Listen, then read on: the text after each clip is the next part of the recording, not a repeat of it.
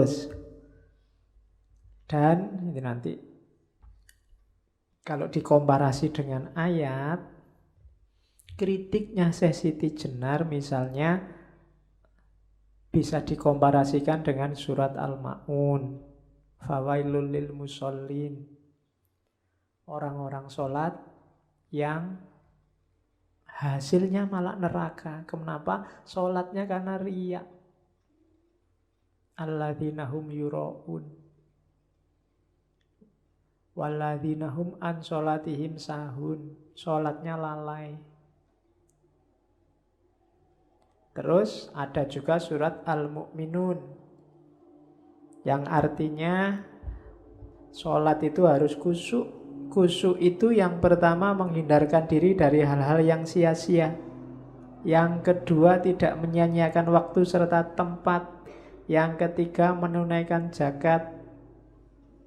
Ya, yang kedua. Yang ketiga menjaga kehormatan diri. Yang keempat menepati janji dan seterusnya. Jadi semua yang diomongkan Syekh Siti Jenar itu, ini kan karena banyak yang kritik, dianggapnya Syekh Siti Jenar itu ngarang, tidak ngerti syariat, tidak pernah ngaji. Tidak mungkin lah. Kalau dilihat dari silsilahnya beliau masih ada garis keturunan sampai ke Nabi. Jadi itu banyak, cuma cara beliau menyampaikan melihat situasi saat itu. Oke, terakhir. Ini tentang puasa, mumpung sebentar lagi puasa. Katanya Syekh Siti Jenar, ya poso ya iya. Poso itu hasilnya apa? Kemampuan untuk melaparkan diri. Ngelakoni weteng kudu luwe. Maksudnya apa? Kemampuan mengendalikan hawa nafsu. Itu panennya orang puasa.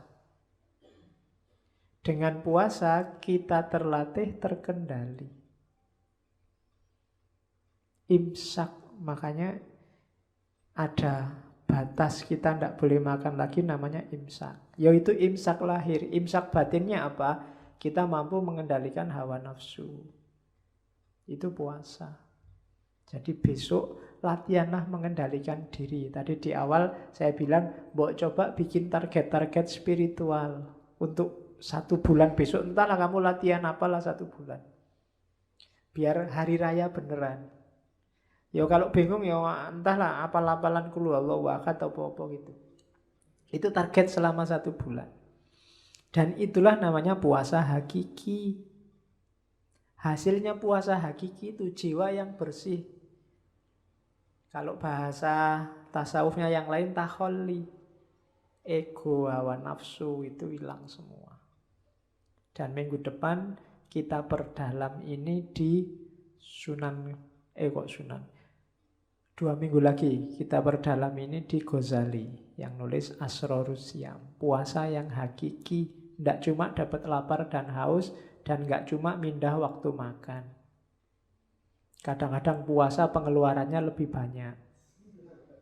Karena makannya harus enak, jumlahnya tetap 3. Waktu maghrib sekali, mau tidur sekali, sahur sekali, itu podo wae.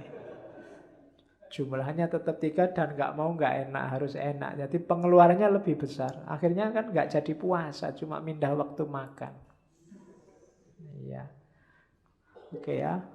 Apalagi yang ngincer takjilan. Hari ini masjid sini, besok masjid sana. Iya. Dan nanti dikomparasi, didiskusikan. Ini masjid sing paling enak sing di, mesti gitu. Oke.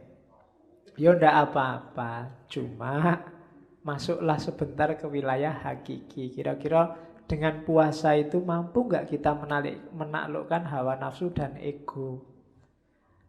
Berani nggak misalnya kalau pas kita puasa, HP juga puasa, internet juga puasa, kecuali habis buka puasa misalnya. Nggak akan balas WA sebelum buka puasa misalnya. Kalau kalian kan dibalik, ya justru WA-an itu kalau siang Pak, kalau malam makan. Nah, itu latihan-latihan rohani. Tidak apa-apa ya. Kalau sudah sukses itu dalam arti sudah nggak terikat lagi oleh WA, nggak tergantung lagi oleh internet. Nanti WA-an dengan tidak terikat. Hari ini kan kita terikat luar biasa. Banyak sekali hal-hal yang tidak harus bikin kita tergantung. Sekarang kita tergantung. Tergantung oleh listrik, tergantung oleh BBM, terus tergantung internet juga. Tergantung lagi, nggak cuma internetnya, Facebooknya sekarang bikin ketergantungan, WA-nya bikin ketergantungan, Twitternya bikin ketergantungan. Semakin berat kita menuju Allahus Shomad. Iyyaka na'budu wa iyyaka nasta'in. Resikonya kayak saya jelaskan tadi, susah untuk sholat khusyuk. Apalagi sholat torek, apalagi sholat daim. Makanya satu-satunya jalan apa? Latihan. Nggak usah ambisius, nggak usah, wah ini minggu depan saya mau jadi wali kayak saya Siti Jenar. Nggak iso. Ya pelan-pelan, dikit-dikit. Ditaklukkan pelan-pelan. Nafsu itu triknya di situ. Yang ambisius biasanya akhirnya malah kalah. Pelan-pelan, taklukkan pelan-pelan. Karena jiwa kita itu butuh pembiasaan. Kalau sudah terbiasa lebih gampang. Kalau drastis agak susah. Maka pelan-pelan ya. Kalau sholat kita hari ini Allah hanya 5% mewarnai, ya besok ditambah jadi 6%. Kalau kemarin ingat Allah itu awalnya saja Pak, pas Allahu Akbar, setelah itu lupa, ya nanti ditambahilah Allahu Akbar sampai Fatihah, ingat. Setelah itu agak lupa. Latihan kecil-kecil gini lama-lama jiwamu terbiasa. Itu yang perlu ditempuh. Oke, itu dulu ya Syekh Siti Jenar. Semoga ada yang bisa diambil dari beliau. Dan seperti saya bilang di awal, kita sudah capek berkontroversi, saatnya kita ambil hikmahnya dari ajaran-ajaran Syekh Siti Jenar.